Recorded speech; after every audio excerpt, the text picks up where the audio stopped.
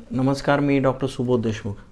हे बघा, प्रत्येकाला आपल्याला आनंदी राहायचं असतं आणि हे आनंदी राहण्यासाठी आपल्या मेंदूमधून काही केमिकल्स तयार होत असतात. त्यांना हॅपी हॉर्मोन्स असं म्हणतात. बऱ्याच जणांनी ऐकलं असेल बघा. आता हे जे काही हॅपी हॉर्मोन्स आहेत त्याच्यामध्ये अनेक हॅपी हॉर्मोन्स तयार होतात, परंतु 4 जे महत्त्वाचे हॅपी हॉर्मोन्स आहेत त्याच्याबद्दल मी माहिती सांगतो. सगळ्यात पहिलं आहे डोपामिन, दुसरं आहे ऑक्सिटोसिन, तिसरी गोष्ट आहे सिरोटोनिन आणि चौथी गोष्ट आहे एंडॉर्फिन्स. आता हे जे काही सगळे हॅपी हॉर्मोन्स आहेत तर ते वेगवेगळ्या परिस्थितीमध्ये तयार होतात. सगळ्यात पहिलं आपण बघू डोपामिन. आता हे जे डोपामिन आहे याला रिवॉर्ड हॉर्मोन असं सुद्धा म्हणलं जातं.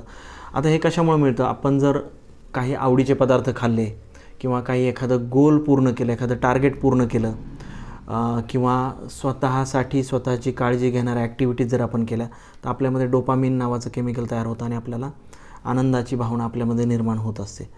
दुसरं महत्त्वाचं आहे, त्याचं नाव आहे ऑक्सिटोसिन किंवा ह्याला लव हार्मोन असं सुद्धा मानलं जातं. हे प्रेमाचं एक हॉर्मोन आहे. आता हे तुम्ही समाजामध्ये मिसळले, सोशलायझिंग याच्यामुळे आपल्या शरीरामध्ये तयार होतं. दुसरी महत्त्वाची गोष्ट स्पर्श झाला, फिजिकल टचने तयार होतं. आपण पाळीव प्राण्यांशी खेळलो त्याच्यामध्ये पण आपल्याला ऑक्सिटोसिन मिळतं आणि इतरांची जर मदत केली तर आपल्यामध्ये ऑक्सिटोसिन तयार होत असतं. तिसरी गोष्ट आहे की एंडॉर्फिन्स. आता हे एंडॉर्फिनला एक पेन किलर हॉर्मोन असं सुद्धा मानलं जातं. याच्यामधूनही आपल्याला आनंद मिळत असतो. तुम्ही जर व्यायाम केला तर तुमच्यामध्ये एंडॉर्फिन तयार होतं.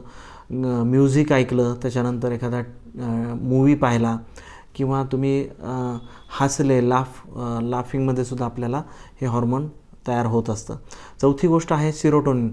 आता हे सिरोटोनिनला मूड स्टॅबिलायझर असं म्हटलं जातं. आपण जर सूर्यप्रकाशामध्ये गेलो किंवा आपण निसर्गाच्या सानिध्यामध्ये गेलो तर हे आपल्यामध्ये सिरोटोनिन तयार होतं. माइंडफुलनेस आणि मेडिटेशन, थोडंसं ध्यानामधून सुद्धा आपल्यामध्ये सिरोटोनिन नावाचं हॉर्मोन तयार होत असतं. त्यामुळं आपल्यामध्ये जर आनंद आपल्याला हवा असेल तर हे 4 हॉर्मोनवर लक्ष केंद्रित करा आणि हे कशाने मिळतं आहे याची माहिती मी सविस्तर दिली आहे. त्यावर नक्कीच काम करा. धन्यवाद.